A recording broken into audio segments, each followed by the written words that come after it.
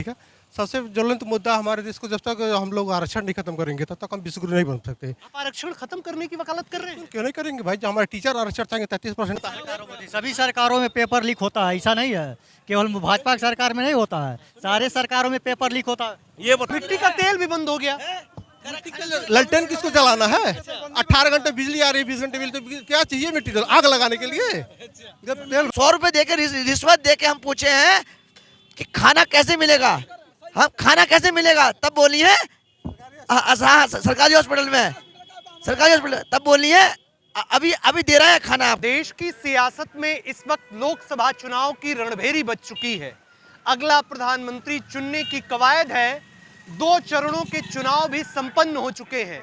इस वक्त हम भारत नेपाल सीमा पर बसे महाराजगंज लोकसभा क्षेत्र में हैं, जहां 1 जून को मतदान होना है।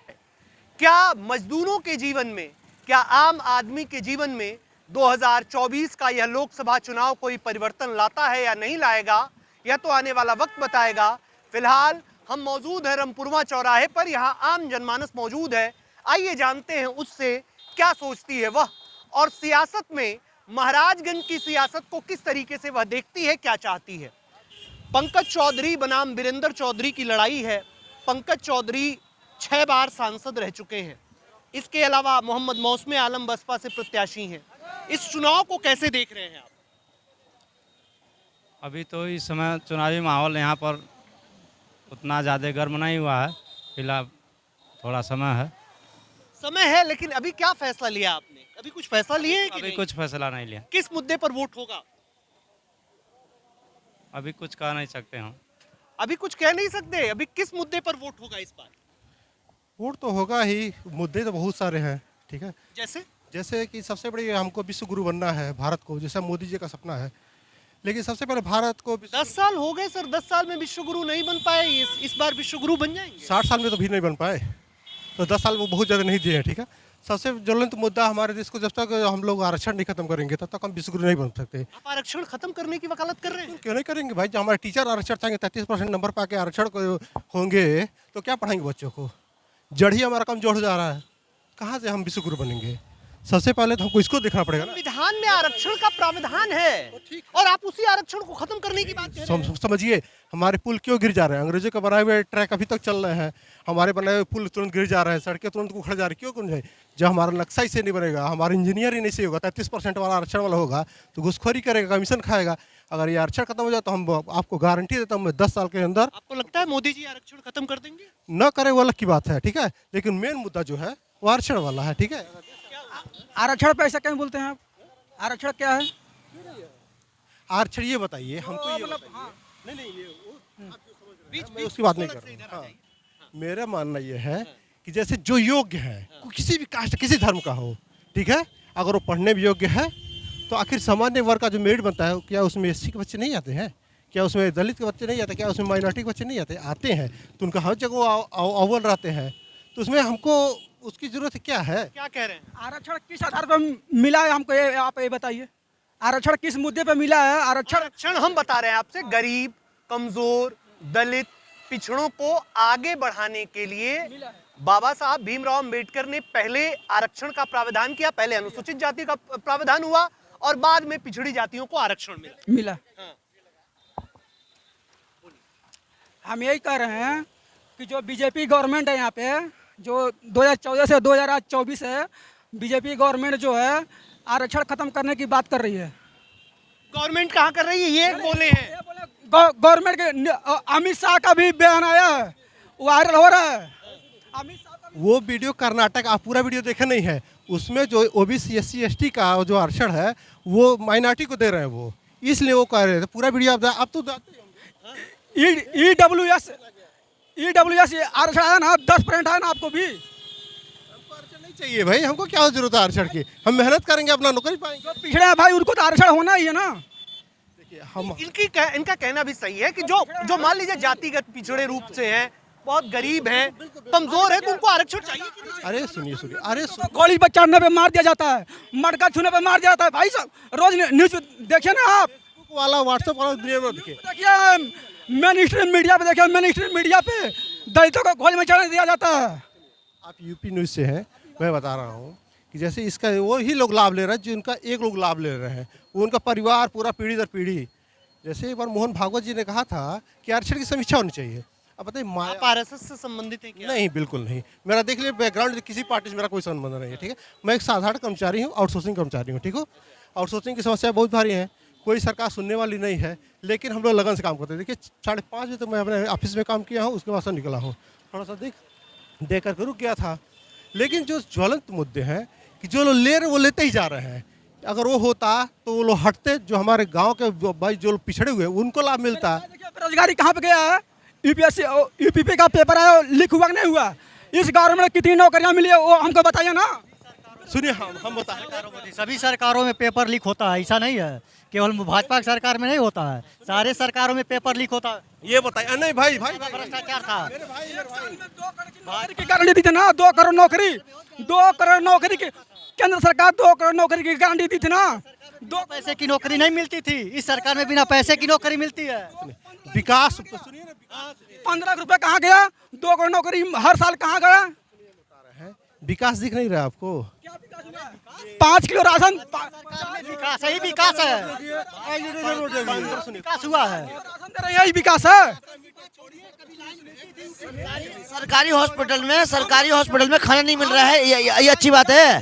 बताएं, 15 मिनट हॉस्पिटल में सरकारी हॉस्पिटल में खाना नहीं मिल रहा, अच्छी बात है ये। 15 मीटर से 2014 से पहले है सरकारी हॉस्पिटल में खाना नहीं मिल रहा है। मिट्टी का तेल भी बंद हो गया। ललटेन किसको जलाना है? 18 घंटे बिजली आ रही है, 20 घंटे बिजली, तो क्या चाहिए मिट्टी जल आग लगाने के लिए? जब तेल भरपूर, बिजली भरपूर मिले तो तेल की जरूरत नहीं। सर मेरी बात सुनिए, मैं चीनी बंद हो गया, कोटे पे चीनी नहीं मिलती है। 16 मीटर चौड़ी सड़क है, उस पर घूम रहे हैं, 1 घंटे में गोरखपुर का सफर तय कर रहे हैं। महाराज से गोरखपुर सफर 1 घंटे तय कर रहे हैं।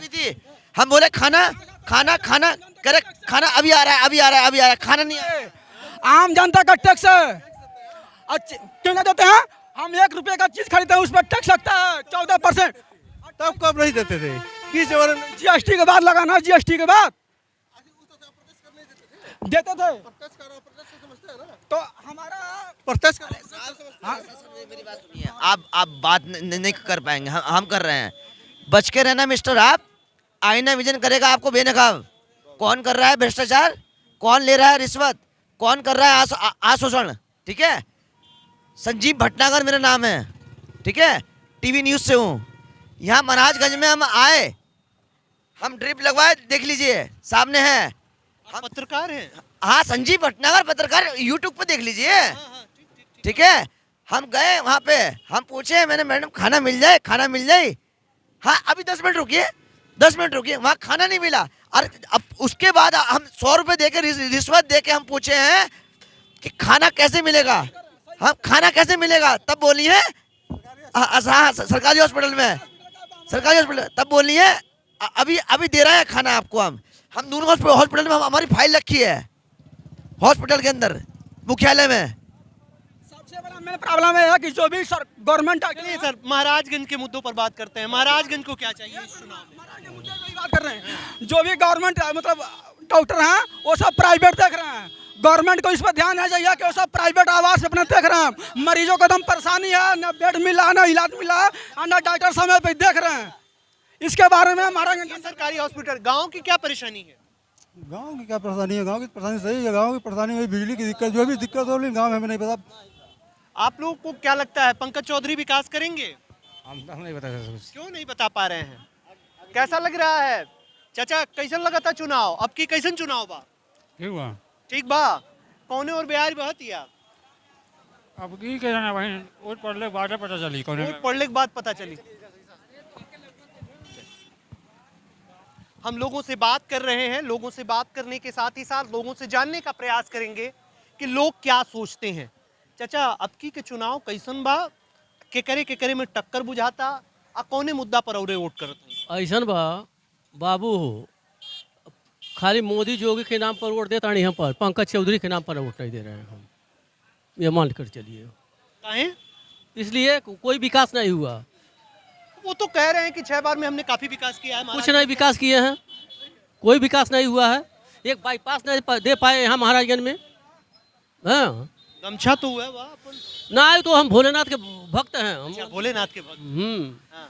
देखिए, यानी मोदी योगी के नाम पर वोट दे रहे हैं ना पंकज हाँ चौधरी? हाँ दे रहे हैं बस। लेकिन विकास नहीं है, ना कुछ ना। विकास नहीं है। एक बाईपास नहीं दे पाए पंकज चौधरी, क्या किए हैं महाराजगंज में? विकास कुछ नहीं हुआ, कुछ नहीं हुआ है। विकास नहीं हुआ है महाराजगंज में। ये तो मोदी जोगी के नाम पर चुनाव जीत जा रहे हैं। वो कहते हैं हमको जनता क्या वोट देती है, मोदी जोगी देते हैं। गठबंधन सरकार। हाँ, बताइए सर क्या बोल रहे हैं? कह रहे हैं कि तो मोदी जोगी के नाम पर वो चुनाव जीतते हैं पंकज जी, ना कि अपने बल पे निर्दल लड़ जाएंगे, उनकी जमानत जब्त हो जाएगी। पंकज चौधरी की। आइए कुछ और लोगों से बात करते हैं। थोड़ा सा बिहार की सियासत में मछली ने बड़ा प्रकोप दिखाया था। यहाँ हम रमपुरवा चौराहे पर हैं, यहाँ पर भी मछलियों का कारोबार है, मछली बिक रही है, मछली खरीदने के लिए लोग खड़े हैं। क्या भाव मछली बेच रहे हैं ये? अब भैया देखिए यहाँ बेच रहे हैं। महाराजगंज में जो महाराजगंज के सियासत का तालाब है, उसमें कौन सी मछली आगे निकलती हुई नजर आ रही है? अब ये तो वक्त आएगा तो देखा जाएगा। फिलहाल किन मुद्दों पर आप वोट कर रहे हैं? महाराजगंज में विकास हुआ है कि नहीं हुआ है? अब विकास तो देखना पड़ेगा, आगे हुआ है विकास तो हुआ ही है। विकास नहीं दिखाई दे रहा महाराज में, विकास दिखाई दे रहा है। ऐसा दिखाई दे रहा है। हाँ, बोलिए सर, आप बोलिए। और लोग गांव में कैसा विकास है? मछली का बाजार तो मान लीजिए सजा हुआ है, मछली के बाजार के बीच जो महाराजगंज के सियासत का तालाब है, उसमें कितना विकास हुआ? उसमें कौन कौन सी मछली पड़ी, क्या कहेंगे? मछली को कहा किसी पोखर में मछली विकास नहीं हुआ है। नहीं, महाराजगंज में कैसा विकास हुआ? विकास क्या सामान्य चल रहा है, और क्या चल रहा है? कह रहे हैं कि विकास हुआ है महाराजगंज में। विकास जो हुआ, सांसद जी से कुछ कहना चाहेंगे? सांसद से क्या कहना है, वो तो खुद पीछे कभी पब्लिक में आते नहीं हैं जल्दी। पंकज चौधरी कभी पब्लिक में नहीं आते? हाँ नहीं आते हैं, कभी नहीं आते हैं। पंकज चौधरी से मिले हैं? आते हैं, बिल्कुल आते हैं। अभी तो यही सामने कह रहे हैं आते हैं। अरे कभी गांव में भ्रमण किए हैं? कभी नहीं किए हैं। आते हैं, मुलाकात नहीं करते हैं, चलती है, लेकिन आते हैं, देखते हैं। पीरियड होता है, सब लोग आ जाता है।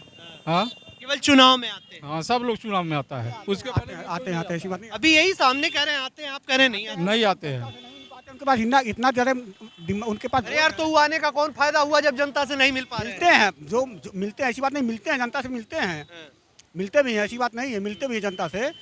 लेकिन जब अगले वित्त मंत्री, मान लीजिए माननीय वित्त मंत्री जी हैं, तो उनके पास कितना कारोबार है, वो सबको देखते हुए सब कुछ करेंगे ना।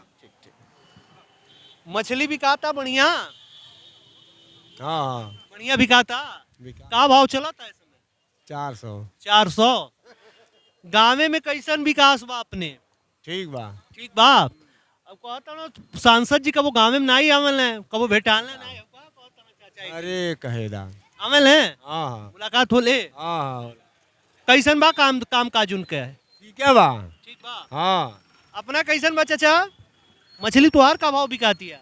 सब एक जनिक है। एक जनिक है। तई महाराजगंज भी एक जनिक रही?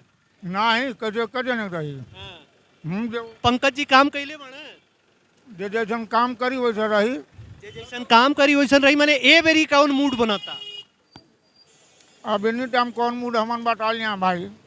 हाँ बहन, तो मनी टाइम मठारी जब देवक रही तब पहुँचल जाई। चलिए ठीक है।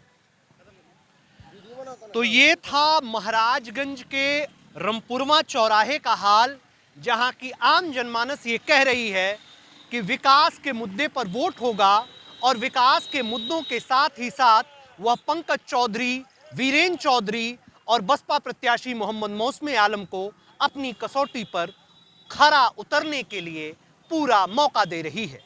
आने वाला वक्त बताएगा कि सियासत की यह सेज पर कौन सेहरा पहन करके बैठता है। यूपी टीवी के लिए अरुण कुमार के साथ अंकित मणि त्रिपाठी, महाराजगंज।